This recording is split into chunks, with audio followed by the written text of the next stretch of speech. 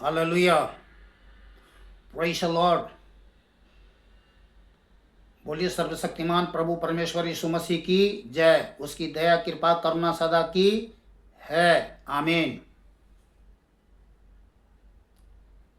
कैसे हैं आप लोग? आशा करता हूँ खुश होंगे, आनंदित होंगे, सुरक्षित होंगे और भला चंगा होंगे। मैं भी खुश हूँ, आनंदित हूँ, सुरक्षित हूँ और भला चंगा हूँ। और सब बातों के लिए पिता परमेश्वर को हृदय की सच्चाई से कोटि कोटि धन्यवाद करता हूँ, जिसने अपने प्रेम के निमित्त हर प्रकार से भलाई करते हुए मुझे, आपको, हम सबको अपने बलवंत धर्मय दाहिने हाथों में लेकर के संभाले हुआ है। इसके लिए हृदय की सच्चाई से कोटि कोटि धन्यवाद। आमीन।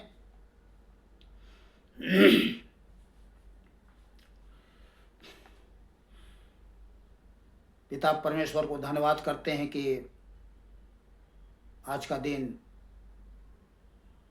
आशीष वाला दिन दिया है, साथ ही अपना जीवित आशीर्वादित वचन दिया है, और इसके लिए भी पिता परमेश्वर को कोटि कोटि धन्यवाद।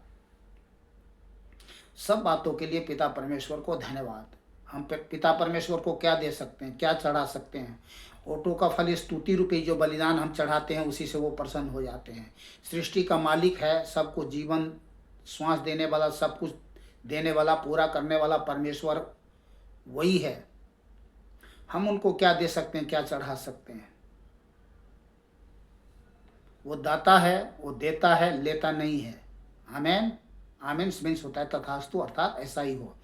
तो चलिए जल्दी से हम वचन में चलते हैं। आज का जो वचन है, उनके लिए जो बहुत परिश्रम करते हैं और अपने जीवन में फल नहीं पाते। दूसरा, बोझ से दबे हुए लोग। बहुत सारे लोग हैं संसार में जो आज बोझ के नीचे दबे हुए हैं। मत्ती 11 अध्याय 28 आयत। और परमेश्वर के लोग इस वचन को सुन करके तुरंत अपना मन मुंह कान मत फेर लेना। इसमें जो बातें बताया जा रहा है, ये परमेश्वर की ओर से, हमारे ओर से कुछ भी नहीं है। हमारे इसमें दिमाग फिट नहीं कर रहा हूं मैं, ठीक है ना? चलिए वचन को ध्यान से सुने। हे सब परिश्रम करने वालों, नंबर 1। दूसरा, बोझ से दबे हुए लोगों, मेरे पास आओ, मैं तुम्हें विश्राम दूंगा। परिश्रम से, अपने कड़ी परिश्रम से अगर फल प्राप्त करना है तो हमें सबसे पहले परमेश्वर के पास आना है। प्रभु यीशु मसीह ने क्या कहा? मुझसे अलग होकर तुम कुछ नहीं कर सकते। बात तो सच है। भूमि कब फल देता है? जब उन्हें उसमें जल मिलता है, ठीक है ना? बगैर जल के जो है ना, भूमि उपजाऊ नहीं होती है।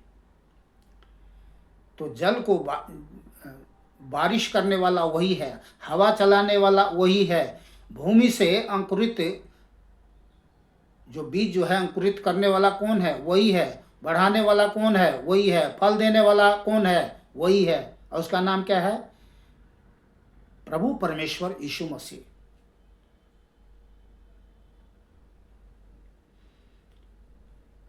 तो हे सब परिश्रम करने वालों और बोझ से दबे हुए लोगों, मेरे पास आओ। हम सबसे पहले परिश्रम करने वालों को देखते हैं।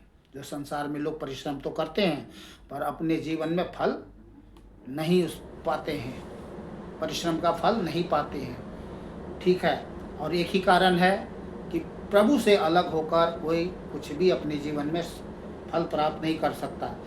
तो हम इसको देखते हैं लूका 5 अध्याय 4 से 7 आयत तक में। जब प्रभु यीशु मसीह बातें कर चुका तो शमून पतरस से कहा, गहरे में ले चल और मछलियां पकड़ने के लिए अपने जाल डालो। शमून पतरस ने प्रभु यीशु मसीह को उत्तर दिया, हे स्वामी, हमने तो सारी रात मेहनत की और कुछ नहीं पकड़ा। देखिए मनुष्य जो है सारी रात, दिन में तो करते ही करते हैं परिश्रम, रात को भी करते हैं, तो कह रहे मैंने सारी रात परिश्रम की पर कुछ नहीं पकड़ा।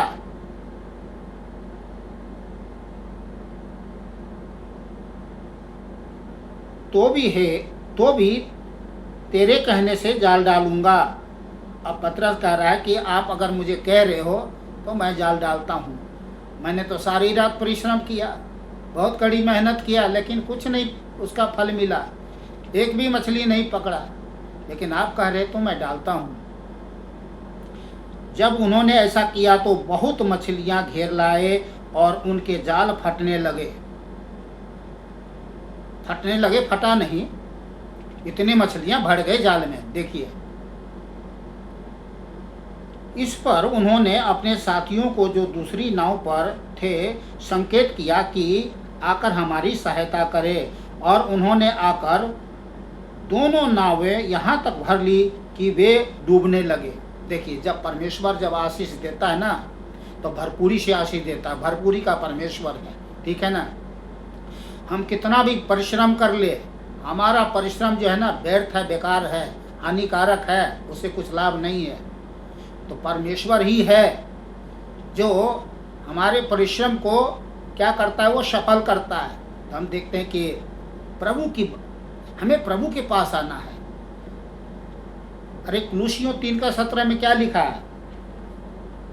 कुलुसियों 3:17 में लिखा है, वचन में या काम में जो कुछ भी करो सब प्रभु यीशु के नाम से करो। हमें परमेश्वर यीशु के नाम से करना है। पहले तो उसके पास आना है और फिर प्रभु यीशु के नाम से करना है।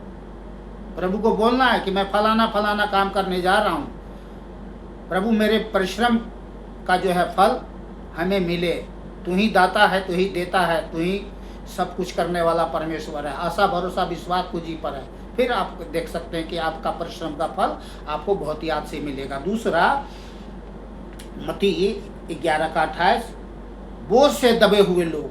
तो क्या है, लोग जो है बोझ से दबे हुए हैं। संसार में जो है बहुत सारे लोग जो प्रभु यीशु मसीह के चरणों में आए हैं, वे तो क्या है, पाप से, शराब से, मौत से, हारी से, बीमारी से, लाचारी से, गरीबी से, बेकारी से, दुख से, भूख से, संकट से, समस्या से, विपत्ति से, लड़ाई से, तेरे से, मेरे से, झगड़े से, बखेरे से, दाग से, झुड़ी से, कलंक से और शैतान के जाल से, चाल से, काल से, मृत्यु से, नरक से बच चुके हैं।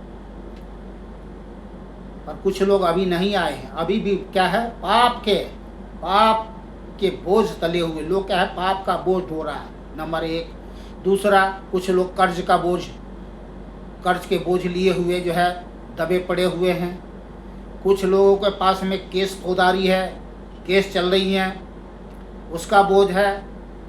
अन्य बहुत सारे बोझ है जो क्या है, अपने आप को उस बोझ को उतारने की कोशिश करते हैं। भाई कोई भी जीवन में कोई भी हमारे कर्म क्रिया, उपाय, तौर तरीके, युक्ति काम नहीं करती, क्योंकि सब कुछ परमेश्वर के नियंत्रण में है। ये सृष्टि परमेश्वर ने बनाया है ना, तो वही जो है वो हल कर सकता और कोई नहीं कर सकता है, ठीक है। तो किसी प्रकार के किसी के जीवन में कोई बोझ है, हमें बिना देरी किए हुए परमेश्वर के पास में आना चाहिए, ठीक है ना। हमारा परिश्रम व्यर्थ नहीं होगा और हम जो बोझ लिए हुए चलते हैं वो बोझ से क्या है, प्रभु यीशु मसीह अपना बोझ क्या है हमारे सर पर से अपने ऊपर लेगा। लेकिन हमें अपना बोझ उनके ऊपर डालना है, तभी लेगा, अपने आप से नहीं ले लेगा। ध्यान करें इस बात को। चलिए इस वचन को हम देखते हैं। भजन 55 का 22 आयत में, अपना बोझ परमेश्वर यीशु पर डाल दो, अपना बोझ यहोवा पर डाल दे, अर्थात प्रभु यीशु मसीह पर डाल दे, वह तुझे संभाल लेगा।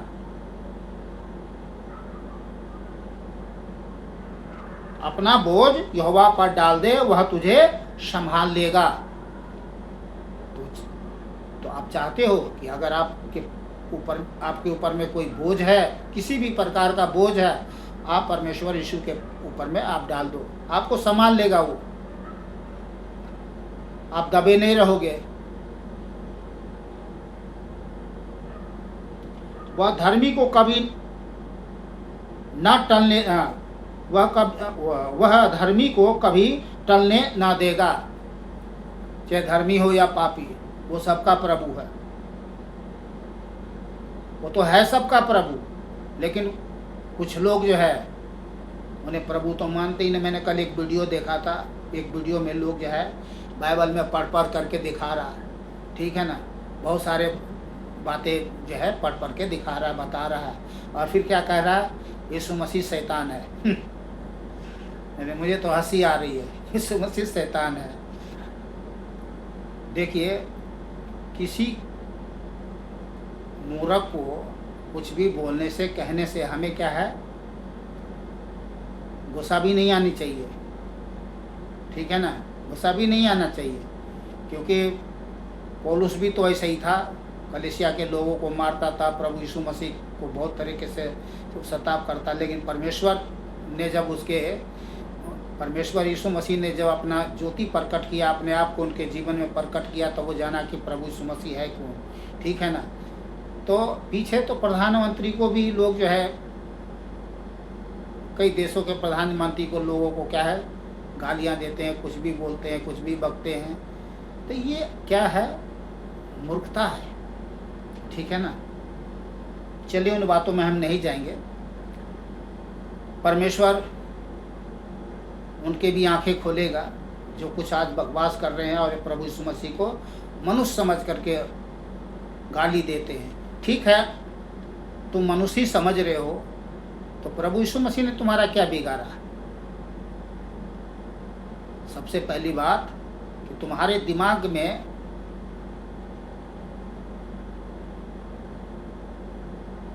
क्या भरा हुआ, भूसा भरा हुआ, जो समझ में नहीं आ रही। सारे विश्व के लोग प्रभु यीशु मसीह को जानते हैं, मानते हैं कि वही परमेश्वर है, और संसार में रोड मची हुई, शोर मची हुई है, ना जाने कितनी भलाई का रोड शोर मच रही है, पर तुम्हारे कान क्या है, बंद है। मैं उन भाई को कहना चाहता हूँ जो कहते हैं प्रभु यीशु मसीह शैतान है, तो क्या है, उसका कान बंद है, उसके दिमाग में भूसा भरा हुआ है। अब ये भूसा को कौन निकालेगा? कोई नहीं निकालेगा, ठीक है ना। और शैतान तो चाहता ही है कि मनुष्य जो है ईश्वर के विरोध में पाप करे, बुरा बोले, ताकि वो दंड पाए। मनुष्य विरोधी तो शैतान है, परमेश्वर थोड़ी है।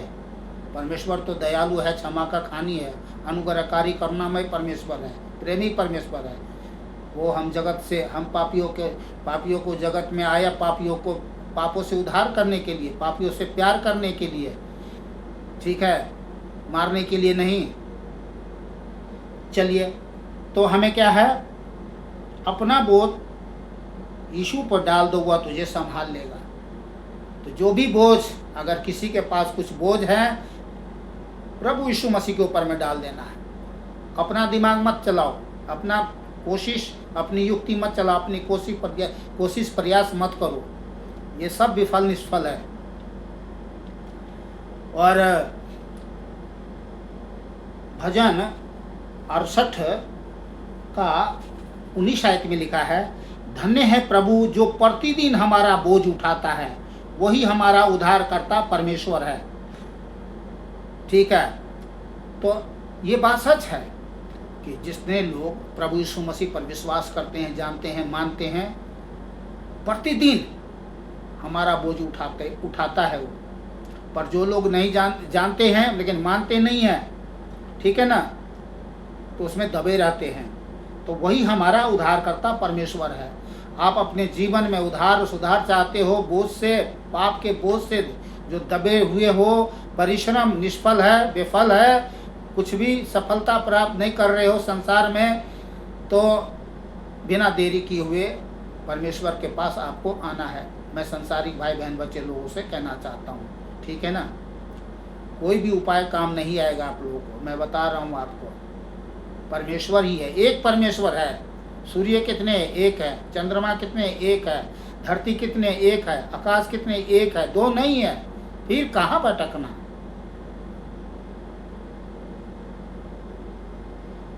बाइबल में लिखा है मन तो सबसे अधिक धोखा देने वाला है और उसमें असह्य रोग लगा हुआ है। तो अपने मन को आप पहले बात तो इस बात को समझे, संसार में रहने वाले भाई बहन बच्चे लोग, किसी विशेष व्यक्ति को मैं नहीं कह रहा हूँ, संसार के सभी भाई बहन बच्चे लोगों को कहना चाह रहा हूँ जो आज संसार में है, शैतान के जाल में चाल में फंस करके, खींच करके, धस करके, अटक करके, लटक कट करके और भ्रमित हो करके भरम में पड़े हुए हैं, दबे पड़े हुए हैं, बोझ में दबे पड़े हुए हैं, परिश्रम रात दिन करते रह रहे हैं। क्या फल मिलता है?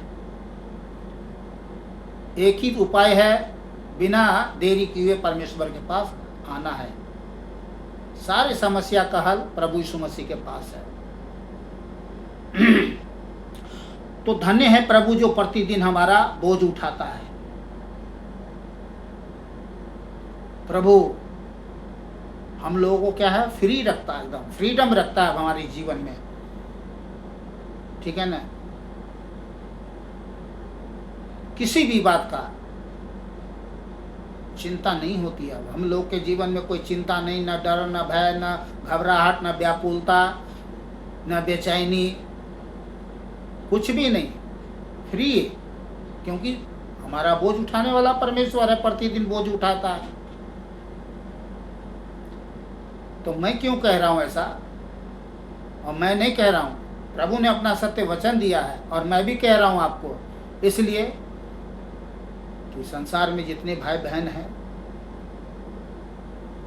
एक ही तो हैं। ईश्वर ने हमें एक ही तो बनाया है, हम मनुष्य तो एक ही है ना। तो मनुष्य का फर्ज क्या बनता है कि हम मनुष्य एक दूसरे मनुष्य से क्या करें, प्यार करें और उसके लिए भलाई करें। तो इसलिए मैं बोलता हूँ, बाकी प्रभु अपना सत्य वचन से आपसे बात कर रहे हैं। मैं संसार के भाई बहन बच्चे लोगों से कह रहा हूँ, आप लोगों से, कि परमेश्वर अपने सत्य वचन से आपसे कह रहे हैं कि अपना बोझ मेरे ऊपर डाल दो, मैं तुम्हें संभाल लूंगा। और जो लोग प्रभु मसीह यीशु पर विश्वास करते हैं वे लोग क्या है, फ्री रहते हैं प्रतिदिन। क्योंकि धन्य है प्रभु जो प्रतिदिन हमारा बोझ उठाता है। और किसी प्रकार से अगर परमेश्वर के लोगों के पास भी कोई बोझ है तो कोशिश प्रयास मत करो अपने आप से कि शायद मैं ऐसा कुछ करूँगा तो ऐसा हो जाएगा, ऐसा करूँगा तो वैसा हो जाएगा। कुछ नहीं होगा। प्रभु के पास वचन के अनुसार हमें प्रभु अपना बोझ जो है ना प्रभु के पास डालना है। पहले बात तो हमारे ऊपर कोई बोझ होती नहीं है। कई बार होते हैं कि हम अपनी गलती के कारण किसी प्रकार से कुछ बोझ लेकर के अपने जीवन में फिर चलने लगते हैं, उतारने की कोशिश करते हैं और फिर उसमें दबे रहते हैं, परेशान रहते हैं। कोई फ़ायदा नहीं है। चलिए हम जल्दी से आगे चलते हैं।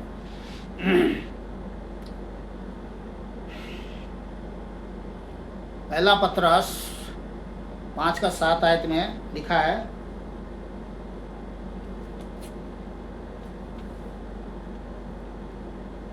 पहला पत्रस 5:7, अपनी सारी चिंता उसी पर डाल दो क्योंकि उसको तुम्हारा ध्यान है। तो परमेश्वर के लोगों को क्या करना चाहिए? किसी प्रकार का कोई बोझ है, चिंता है, कोई परेशानी है, हमें प्रभु के बिना देरी किए प्रभु के चरणों में आना है। उसके ऊपर में अब प्रभु के चरणों में रख देना है। प्रभु ये फलाना है, ये हमारी चिंता है, ये हमारी समस्या है, ये हमारा परिश्रम है, ये हमारा बोझ है। प्रभु आप संभालो, हमें संभाल लेगा, ठीक है ना। ये संसार के भाई बहन बच्चे लोगों के लिए भी है, सबके लिए है। कोई भी प्रभु के चरणों में जो आएगा उद्धार पाएगा, जो प्रभु का नाम लेगा उद्धार पाएगा। तभी तो प्रभु यीशु मसीह ने कहा भजन 34 के 8 में, भजन 34 का 8 में लिखा है, परख कर देखो कि मैं सर्वशक्तिमान परमेश्वर, दयालु अनुग्रहकारी करुणा मैं परमेश्वर, कैसा भला परमेश्वर हूँ। क्या ही धन्य है वो पुरुष जो मेरे शरण लेता है। परख कर देखो, आओ ना, अपना बोझ, चिंता, आरी, बीमारी, परेशानी, कुछ भी समस्या हो, लेकर के प्रभु के पास आओ, उद्धार कर देगा। कहीं जाना नहीं पड़ेगा, चाहे कहीं भी रहते हो आप, घर में हो, खेत में हो, खलिहान में हो, शहर में हो, नगर में हो, रेल में हो, जहाज में हो, या कोई बुरा काम करके जेल में हो, वहीं पे अपना सर टिका दो, प्रभु वहीं छुटकारा दे देगा। मैं बता रहा हूँ, ये सच्चाई है।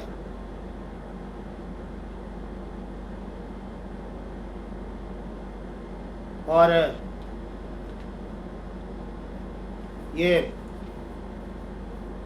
नीति वचन 16 का 3 आयत में लिखा है, अगर आप किसी अपने कामों से में आप परेशान हैं, कामों में सफलता नहीं मिलती है, तो अपने कामों को यीशु पर डाल दे, इससे तेरी कल्पनाएं सिद्ध होगी। यहोवा परमेश्वर कहें या यीशु परमेश्वर कहें, एक ही बात है। अपने कामों को यहोवा पर डाल दे, इससे तेरी कल्पनाएं सिद्ध होगी। ज्यादा परिश्रम नहीं करना पड़ेगा। देखिए नीति वचन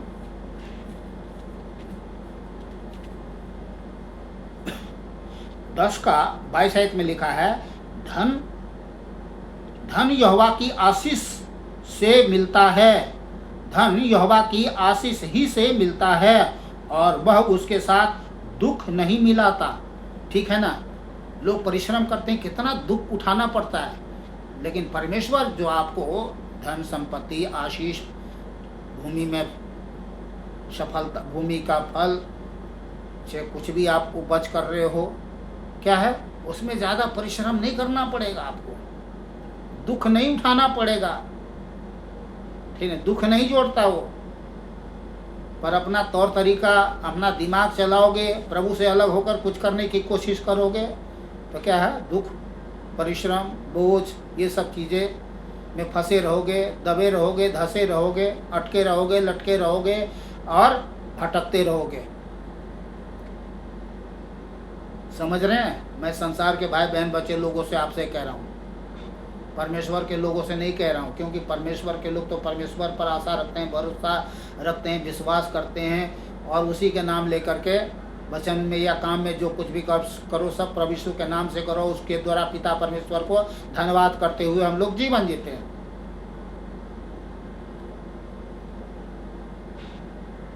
तो आज का जो वचन था बस यही कि परमेश्वर आज बहुत सारे लोगों को देख रहे हैं कि लोग परिश्रम और बोझ में दबे पड़े हैं, फंसे पड़े हैं।